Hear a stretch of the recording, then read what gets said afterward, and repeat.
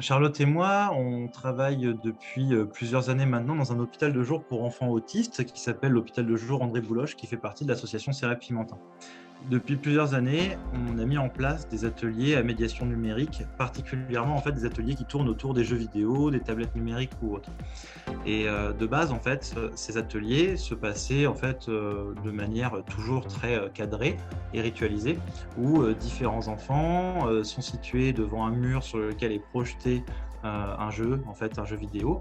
Et notre idée, en fait, c'est de faire jouer ensemble les enfants, avec ou sans nous, discuter avec eux, mettre du sens sur les images qui se passent et essayer d'interagir en groupe ou autre. On a pu montrer que ça avait un impact sur plein de choses, la dynamique de groupe, les capacités narratives, sur la compréhension des émotions, les capacités empathiques, etc. etc. Et en fait, un de nos intérêts, nous, dans cette histoire de la clinique, particulièrement des jeunes TSA, donc des jeunes autistes particulièrement, c'est d'essayer de montrer en quoi est-ce que la, les outils numériques, lorsqu'ils sont utilisés en fait par le thérapeute, peuvent être à la fois très intéressants, très pertinents, mais également en fait susciter les capacités créatives et innovantes des thérapeutes eux-mêmes. Et du coup, en fait, on a essayé de penser une évolution de notre dispositif d'atelier jeux vidéo en proposant différents dispositifs. Par exemple, un atelier où on faisait de la création de jeux vidéo, un atelier où nous-mêmes créions quelque chose et des ateliers où on pouvait se filmer. Donc, je laisse Charlotte présenter un peu les deux premiers types d'évolution d'ateliers numériques qu'on a pu mettre en place.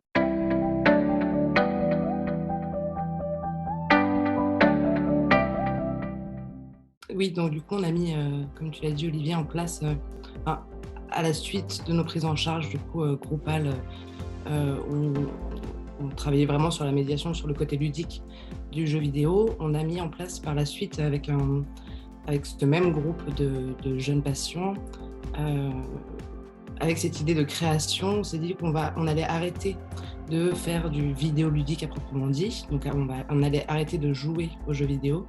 Et du coup, on s'est tourné vers un logiciel qui s'appelle RPG Maker, qui permet de créer son propre jeu vidéo.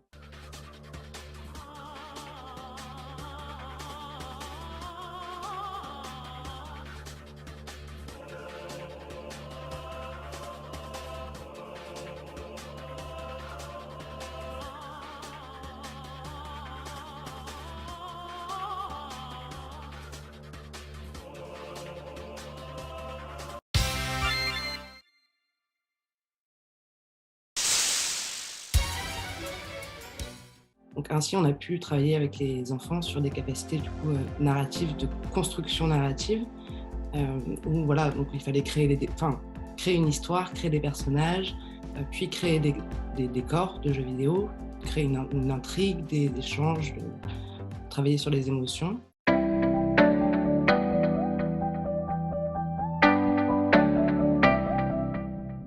Et à la suite de ça, en fait, on a été un peu pris au piège par la pandémie de Covid. L'hôpital de jour a été fermé et du coup, on est resté dans cette question un peu innovante et de création en proposant aux enfants qui étaient du coup confinés de garder un petit peu d'institution, un peu de lien, toujours dans cette question des jeux vidéo. Et du coup, on s'est tourné vers le jeu Minecraft pour recréer en fait l'institution. Donc nous, on a passé en tant que thérapeute beaucoup de temps à recréer cette institution pièce par pièce sur le jeu, sur un serveur.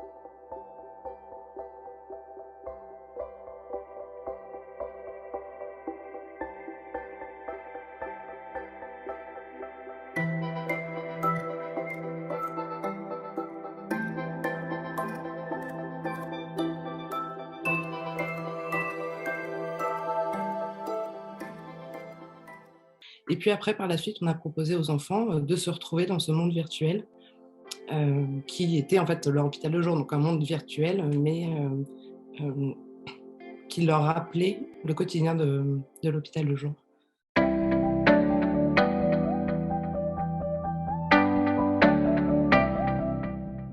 Par la suite, après, une fois la pandémie revenue, on a encore fait évoluer cet atelier avec un nouveau dispositif qu'on a appelé le dispositif streaming. Les jeunes eux-mêmes étant très friands de streaming et donc de captation vidéo par des joueurs de jeux vidéo eux-mêmes. En effet, depuis sa création, le jeu vidéo est un immense vecteur d'activité sociale. On va jouer à plusieurs, sur le même écran, ou en ligne, ou en guilde, ou voire en équipe. On va échanger, bien sûr, que ce soit autour de la machine à café, à la pause déjeuner, ou même chez nous, les profs, dans la cour de récré, sur les différents jeux vidéo qu'on a pu tester, etc. Alors ça peut remonter à vraiment différentes époques. Qui n'a jamais regardé étant enfant jouer un ami, un grand frère, une grande sœur, un cousin ou une cousine aux jeux vidéo en train de nous présenter son nouveau jeu et nous expliquer un petit peu les différentes phases de gameplay et ce qu'il aimait ou ce qu'il n'aimait pas dans ce jeu. Eh bien, le streaming, c'est un petit peu le même esprit. En effet, qu'est-ce que ça va être ? C'est exactement la même chose que ce que je viens de dire, sauf qu'avec l'avènement des nouvelles technologies, en fait maintenant, on va plus être acteur du jeu, mais spectateur. Je m'explique. Le jeu vidéo, maintenant, il peut être diffusé en ligne sur des plateformes comme Twitch ou YouTube Gaming, voire même les Facebook Live, entre autres. Alors les joueurs vont capter leur partie et vont ainsi partager sur les réseaux sociaux leurs exploits, voire leurs échecs, mais aussi faire découvrir de nouveaux jeux par des différentes phases de gameplay, comme je l'ai dit, dans différents lives, et un petit peu discuter aussi autour de nous en faisant des parties et discuter un petit peu de tout et de rien pendant qu'ils sont en train de jouer à différents jeux. On a proposé de mettre en place du coup une petite caméra qui filmait notre atelier numérique, demandant du coup aux jeunes de jouer le jeu et donc de parler à la caméra comme ils parleraient en fait à un autre qui serait susceptible de les regarder. Alors bien évidemment, on ne faisait pas du vrai streaming, souci déontologique oblige, on les mettait pas en ligne, mais on montait nous-mêmes les vidéos et ensuite on leur montrait le montage final en proposant en fait de le mettre sur les ordinateurs de l'hôpital de jour pour qu'ils puissent être vus par leurs amis. Et ce qui était intéressant du coup, c'est que là, à ce moment-là, l'atelier jeux vidéo devenait aussi autre chose puisqu'il permettait pas seulement de travailler sur l'expérience du joueur, mais également sur le partage de l'expérience du joueur. Ça veut dire le fait d'être capable d'exprimer ce qu'on ressent, d'exprimer ce qu'on revit, de l'exprimer à la fois à un tiers qui est le thérapeute, mais à la fois à un tiers qui est fantasmé finalement, qui est celui qui serait éventuellement le futur spectateur de la vidéo qui a été filmée et montée. Et du coup, ce qui était très intéressant aussi, parce que ça permettait de travailler sur plein de choses différentes. Et nous, en fait, le but de notre chapitre, finalement, c'est juste de montrer que les outils numériques sont tellement riches et diversifiés que l'intérêt qu'ils vont avoir, c'est d'offrir la possibilité au thérapeute d'en faire ce qu'il en veut.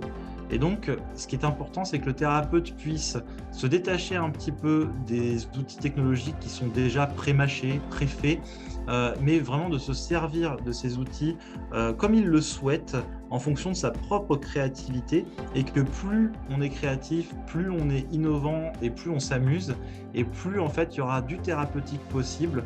Parce que finalement, ce qui compte, c'est juste de pouvoir se servir de ces outils pour ce qu'ils apportent, mais dans la relation transférentielle entre le patient et le thérapeute. Merci beaucoup Charlotte Labossière et Olivier Dury pour votre éclairage. Vous retrouverez leur chapitre dans l'ouvrage Pratiquer les cyberpsychothérapies chez Duno, chapitre 5, Jouer, inventer, innover, l'évolution d'un groupe à médiation numérique pour enfants TSA. Et je vous retrouve bientôt sur la chaîne Psy Connexion.